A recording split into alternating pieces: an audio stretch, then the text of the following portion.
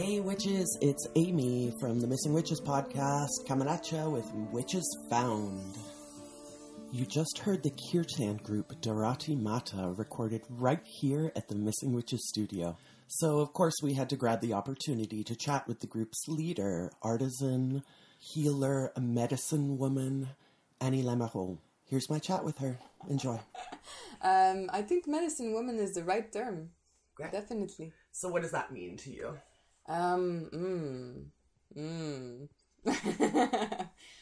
Well, actually, medicine woman, they're the shaman from North America, actually. Mm-hmm. And even, depends where exactly in America, but shaman is from Siberia.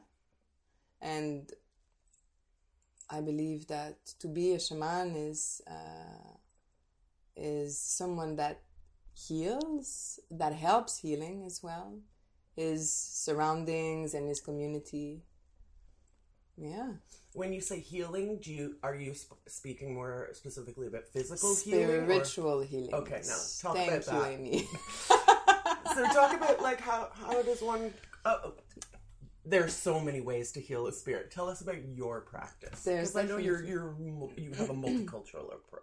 Yeah, exactly. Transculturel, actually. Transcultural approaches from different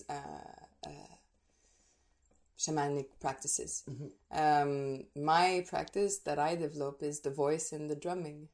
That's one of my practices, or tools actually, that I use. Right. And how do the tools become practices then? That's a great question. How does the tool become practices? Well, it's difficult to explain in words. And whatever spiritual is not tangible, so it's difficult as well to see when we're talking about spirits, or, it's something that is very subtle. But please repeat the question.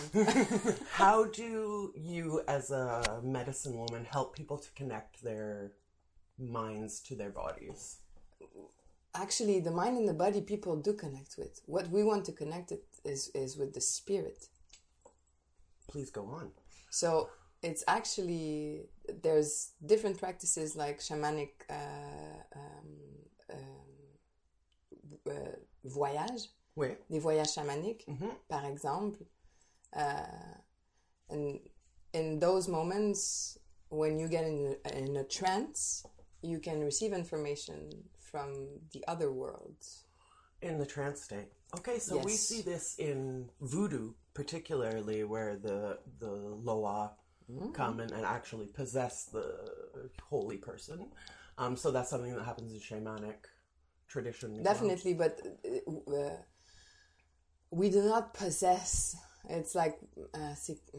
it's just the message? Oui, exactement. We become just a transit, or like we're the transitor actually from the Great Spirit, or whatever you want to call it. And you do this in many ways. Can you talk about like kirtan versus drum circle and explain what those things are for our listeners who don't know? Yeah.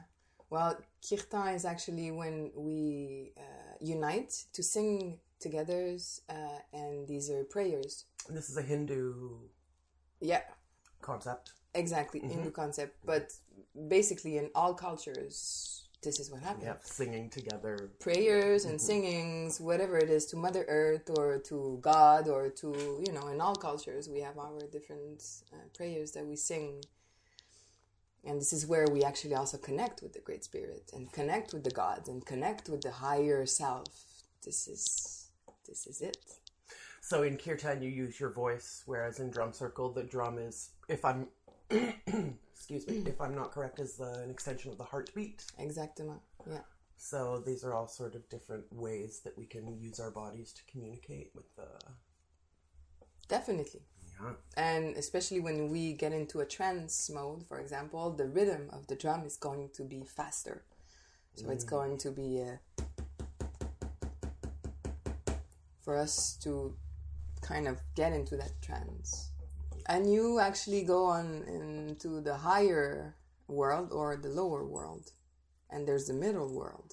That's interesting. Can you speak on that for a bit? Yeah, sure. So the middle world is actually where we are standing. You and me, we're in the middle world. E is the dog. Yeah.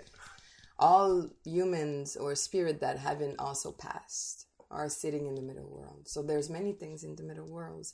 There's going to be the spirit of one tree particularly, or the spirit of the wind, the spirit of whatever. But the middle isn't just the physical realm that we can see. Other things exist in this middle realm. Oh my God, oh, yes. Okay. And this is where it can also be dangerous, because you can get caught in the middle world. Spirits can get you in the middle world. So that's why you need to travel very safely with spirit guides and allies. But that's another... So, and then... one of my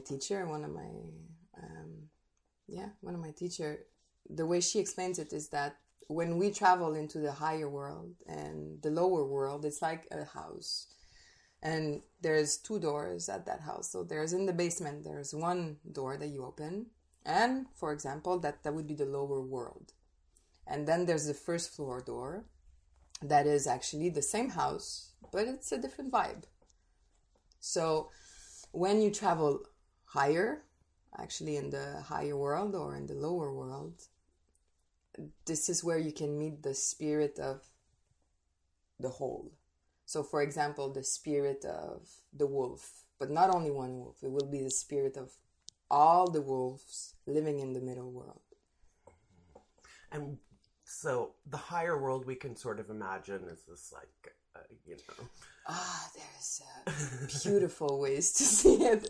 And it's very different. But is for it everyone sort of like the Western concept of heaven and hell? No. Okay, so explain totally the difference. Different. Explain the difference. Totally different. It's actually, it's your imagination. So it's about a state of being. It's more than a state of being. It's a trance state. But you seek to live your life in a trance state, or you visit? You visit to get some information. And then you bring it back healing. To where you are. There you go. So for example, if I'm with someone and she wants to, I don't know, she has something that she wants to heal, a relationship. She wants to have clarity on a relationship or whatever. So I will go and travel in the upper or lower world, seek information for her, ask allies and get the information, and then I will channel and come back and discuss with her. Did you choose to be a healer, or do you feel you were chosen? Both. Neither. You always were. And that's interesting. A shaman is... People will call somebody a shaman. A shaman will never say that he's a shaman. Right. So it's the people around him that will say he's the shaman of the community, or she's the healer of the community. A passage that came very naturally in the travels that I did, especially in Mexico. This is where it started. I've more traveled like in Mexico, a lot in Latin America. This is where I met a couple of healers, actually one African man that showed me a way of healing. His way of healing was speaking to the heart. He was communicating to your heart in a language, unknown language. Like he would approach your physical body and it would speak be to physically, your heart? Yeah, exactly. In the back of you would be sitting and you would start talking to your heart. Oh, wow. That was a very powerful experience. And this man also showed me a lot of different ways of healing. Yes. And another woman also in Mexico, Reyes. And I often go and see her because she's one of my... mentors? Definitely. Yes. Can you say her name again, just to speak it into the universe? Reyes. Oh, what a beautiful name. And so what's your ethnic background? I am from my dad's side. I am native, mixed blood. My arrière-grand-mère was Iroquois, Mohawk, and always kind of felt very different. And when I connected with the drum, this is where actually and the drum kind of came to me very naturally. And this was your first foray into the healing arts? There you go. And banging on the drum. I mean, personally, I'm just going to tell our listeners very quickly. I met Annie when she was hosting a full moon circle. And I tried her drum once, and I think I immediately went home and sourced one from the indigenous people in my area of Quebec, because as soon as you hit a drum, you know if you need one immediately or not. So, I mean, that was somebody gave you a drum and you just really, that resonated with you. There you go. In an incredible way. Yeah. Yeah, and you've been on this journey for years now, traveling and learning and teaching. Yeah, 6-7 years, I think, something like that. Mm-hmm. Yeah. And you're also an artisan. Can you tell us about... Maracatao. Yeah, well, this also kind of came very naturally. It was just, I had a vision, and the vision, like, was to weave. I wanted to weave dream catchers, and that was really something that, I don't know why, it was a calling. And when I was in Mexico, I met a man who showed me how to weave. And then properly. Because I want you to, I mean, we all have seen people with their dollar store dream catchers hanging from their rearview mirror. So, like, tell our listeners who don't know, what's the real story of the dream catcher? What's it meant to do, and why is it sacred? There's actually from different cultures, there's different ways of using the dream catchers. Mm-hmm. But it's a tool of empowerment, and it's also a medicine tool, and it's also a manifestation tool, and it's also a protective tool. So what I can say on that is, whatever intentions are put into a dream catcher, this is what it's meant to be for. And this is probably true for anything we make with our hands. There you go. Or think with our minds. Exact. The episode that led me to talk to you as a healer is about Maria Sabina. Yeah. Maria Sabina, she's a Mexican curandera who was in equal parts credited and blamed with giving the magic mushroom to the white man. So do you ever take things? Do you eat things, drink them? What are your notions on, I know you do a cacao ceremony. Mm-hmm. Do you ever use drugs? I never use other medicine than the voice and the drum. Once I wanted to go to a peyote ceremony, and we were 2 cars following the curandero, and we were in the back, and we had an accident. So not your time. Exactly. So, and right now I'm reading Michael Arner's book. He's the founder of the school in California, shamanic school, transcultural shamanic school. And he's been traveling and using those medicine. But there's other ways, like by the trance, by the drum, by the vibration, by the voice, we can access to those type of... Yeah. I mean, my thinking is, when I was a kid, we would just eat mushrooms and party. Like, they were just a trip out drug. And so when we were working on this episode, I thought, I haven't taken mushrooms in 10 years or whatever. And I was like, I'll do it Maria Sabina's way, and try this again, be honest about what your problem is, and so on and so forth. And the message that I got from the mushrooms was, you don't need us. That's great. Honestly, wow. But I can imagine how people who are more calcified, who are more, who don't see that it's all a game or a show or magic. People who don't see magic, that's an easy way to put it. People who don't see magic might need mushrooms to see magic. To kind of a little kick in the in the spirit. Exactly. So if you need a kick in the spirit, maybe be careful, do it with a shaman. Definitely. But if you feel you're already somewhat connected, a drum is probably a better tool, you think? It's so powerful.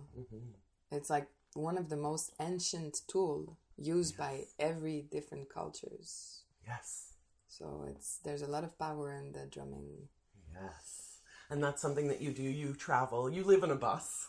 I do. I live in a bus. So perfect. Yes, Annie travels around and takes her kirtan. Can you tell us, again, like your various personas that you use? So kirtan is, your group is... Darati Mata. Darati Mata, and that's Kirtan. Yeah, that's the Kirtan. And your drum circle is? The drumming circle, I'm actually right now working on a new project called The Voice of the Soul. And do you hear that, everybody? The Voice of the Soul. Yeah, so that's what's calling me right now. Great. So kind of developing around the voice of the soul and connecting with that. So the drumming circle will turn into the voice of the soul. And it'll all become the kirtan will... Do you like to keep them the separate? way that I see is, well, in the kirtan, I'm also bringing the drum and chanting some prayers and, you know. But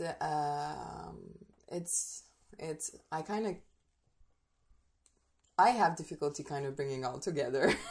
Right. So for me right now, what I see is still like very like the lines, no, not really lines, but it for sure it comes all together. But you're not anywhere near the end of your journey, so I imagine these things will just become more and more synthesized as you carry on. Definitely and evolve and grow. Yes. So. My dog's in the room with us, and she keeps threatening to make a sound, so I'm just looking. And Amy's kind of like, yeah. She's good. Yeah, Bijou's good. The familiar always comes around. The witch's familiar comes around to let you know the score. Never to take things too seriously. So you mentioned, like, if a client comes to you with, say, you know, a broken heart or something, then you'll go into a trance and you'll receive the solution or the technique or whatever information that you need to go forward with that. Yeah. So I wouldn't say client, but it's okay. Oh no, then please. Yeah. What would you say? A human being. Yeah. Your family. Rarely skepticals will come and see me, that's for sure. Right. So people already have a certain faith. They're ready. Yeah. They're ready for that. And even if they haven't received any type of healing that is similar to that, they're ready for it. So, but it's pretty impressive how it has an impact on the short and long term on the healing and on the path of people. Yeah. Why? I'm going to play a piece of music at the end of this, which is a piece that Annie and I collaborated on a couple of years ago or so. And I wrote the music and Annie improvised the vocals, but it's based on an experience that she and I had with a friend, and I really want her to tell you the story. Because I know my version, but I'm not sure if I've ever heard her version. And then we'll tell you what happened, and then we'll play the music. Well, that's that's one thing that is difficult for me to come back to this particular place and time, because it's something, the capacity of a healer, man or woman or a shaman, is to be able to be in the state of un état second, si on veut, like a state of just not physically being really here. Yes. But being, but not, and to come back fast. Yes. But whatever happens, like, in this process, it's difficult to kind of go back and seek. But, wow. Yeah. Because, the piece of music that I made that Annie sang on top of it definitely wasn't what happened that day. It was just like the remembering and emotion. Yeah. So tell us the facts of it. Who was the woman and what was her problem? A mutual friend of ours actually was living in a house at that moment, and she wasn't feeling secure. She was kind of feeling even secure to go outside of her house and kind of being blocked in this vortex, actually. But even the house from outside, everything was shut and everything was covered, and it was really intense. And even energetically inside, you felt that something was stagnating and kind of dark and closed and heavy. Yeah, definitely. So we decided to, with the drums, spur the moment. Yeah, exactly. Because let me just say, Annie and I are very much like this, where somebody's like, I have a problem. Okay. And Annie and I are like, all right, here's what we're going to do. Well, let's take action, no? Yeah, let's take course. action. We have the power to take action, so why not do it on the spot when we can? Thank you. And my great Aunt B always used to say, it's better to light a candle than to curse the darkness. There you go. I Ding, love that. Ding, ding. We love Aunt B. Okay, so she is not even taking walks in her new neighborhood because she's feeling so anxious, and she's literally like covered all the windows with like multiple draperies. Yes. Okay, and we decide we have to do something about this. So what did we do? We actually started to walk with the drum outside the house and circulate around the house and just kind of channeling different voices and sounds and kind of really owning, first of all, owning her body, first of all, and owning the space where she was physically as well. And I mean, what happened there? It was a lot of like breathing, like, but very like loud, like, primitive, very primitive. They're not words from what I recall. I don't think so. There was like the banging of sticks together. Yes, I don't even think we had a drum. Honestly, I don't even remember us actually having a drum. We had the two sticks. We had you're right. Yeah. We had the sticks. We're like, we gotta find something to bang you're right. Oh, that's so good. Wow. And I remember our friend, you know, pulling up grass and rubbing it on her face and just trying to like take ownership of the whole, like her, like you said, her own body, but also her space and her house and her neighborhood. And the neighbors.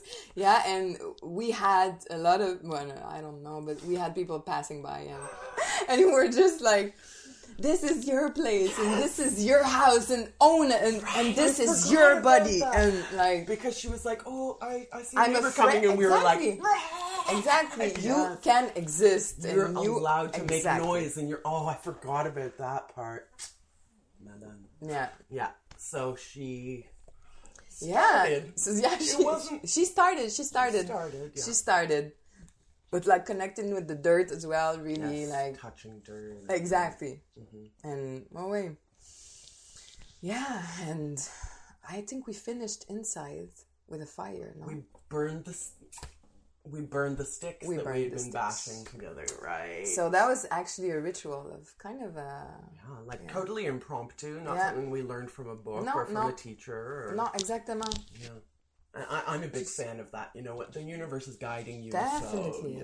So, even when I write spells for other people, I say what you want here, because if you're just saying what I said, then no, you need to put it into your own words always. Yeah, definitely. For sure. So the end of the story is, shall I wrap it up for the people? Please do. So we had a very intense experience, and our goal was to open up our friend and allow her to take ownership of her space. And what ended up happening was her house burnt down and she got a divorce. There you go. Bam! So, bam! We won't get into too much of the grimy specifics of that. But, you know, people think that progress means things going right. Thank you for saying that. Right? Definitely. But healing is not whatever the spirits or universe wants to happen, and it's not always lullaby land. No. That's for sure. Sometimes it's going to require a trauma to force you to evolve in a certain way. Again, I never want to encourage people to seek out trauma, but it definitely seems like a way that we evolve as like human beings. Yeah. But I guess my point here is, with Annie, the medicine woman, be careful what you wish for. Be careful what you pray for, because you might just get it. Aho! Oh, thank you so much, Annie, for joining us today. You are a delight and a pleasure as always. Je t'aime, mon amour. Wow, si tellement! Okay, now here's some music Annie and I made together. Check it out. We love you. Enjoy.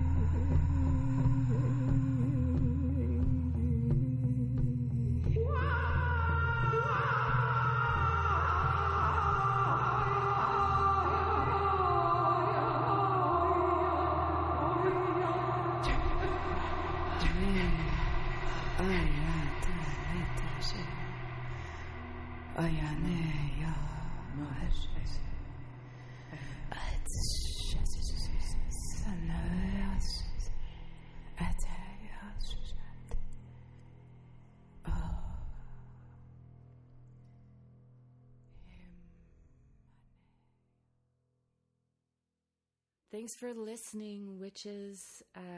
If you can do one thing to help us find the witches we've been missing, I think the thing that we would ask is to send this to the one witch you know who might like it.